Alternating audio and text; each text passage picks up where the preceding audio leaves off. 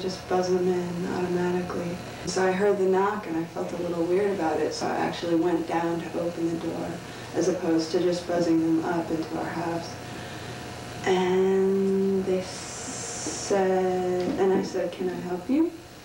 And they said, "We're with the Federal Communications Commission and we'd like to see the broadcast station upstairs."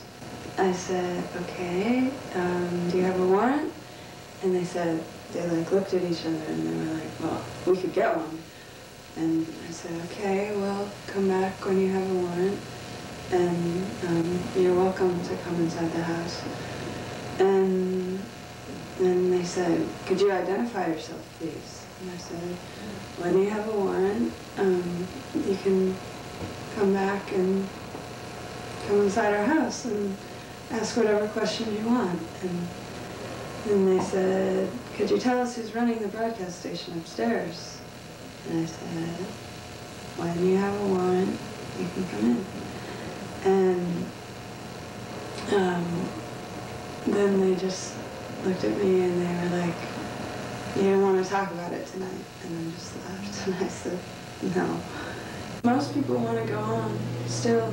There was one group that didn't want to go on, that was here, probably because I was so excited and like, they were here and they wanted to leave, but they also have illegal immigrants a lot of the time on the show, so it would be really bad if we got busted while they were here. So most people still want to go on. Most people aren't really that threatened by it.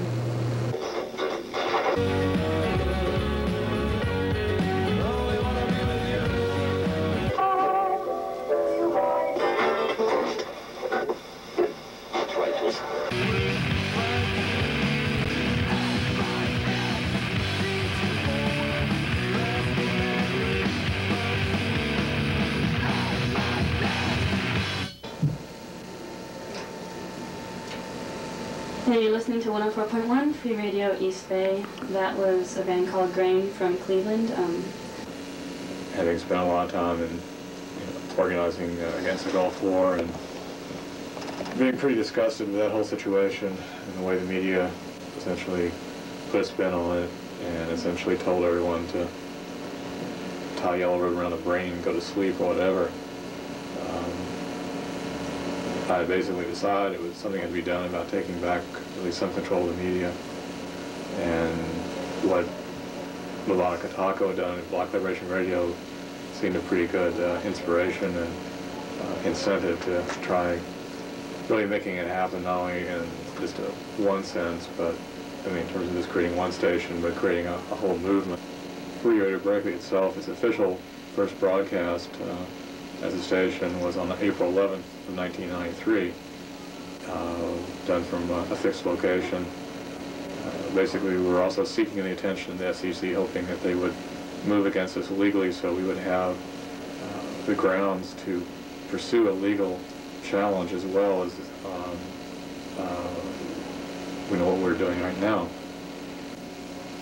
What happened was earlier this year we moved into a house as a fixed location. That was actually right before the court proceedings where we were going up against the FCC, where they were seeking an injunction to essentially gag myself and the station.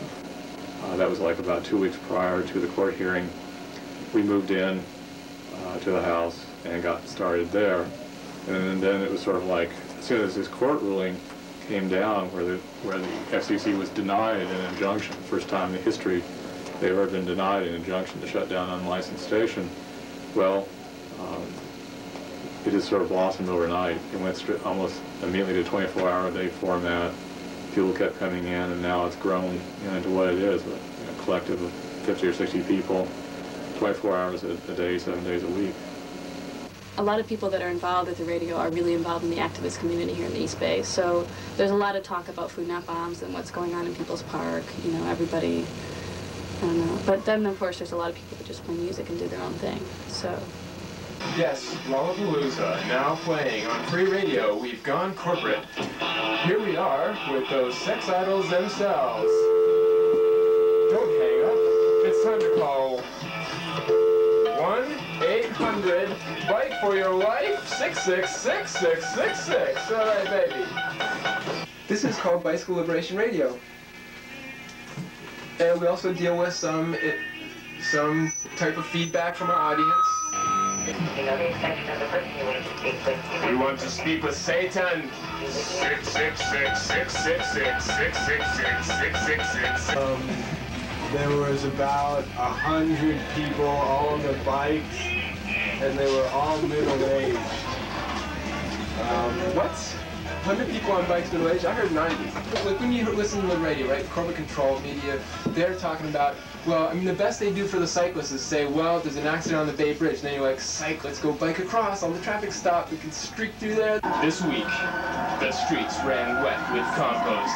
You people, this isn't a protest. You should die. You should die. Cars are killing us. Cars. You should die. This isn't a protest. Protest when you run around with signs. This isn't a protest. And of course, the TV smashers, jealous of the incredibly orange intersection. But you know, I mean, this wasn't the first time that vegetables had blocked traffic in Berkeley, but it was definitely one of the most momentous ones. This is the special thing we pull out for the media when they come to tape us, so that they think we aren't actually affecting worldwide social revolution. A lot of people had a concept of a radio station being this huge rooms full of equipment.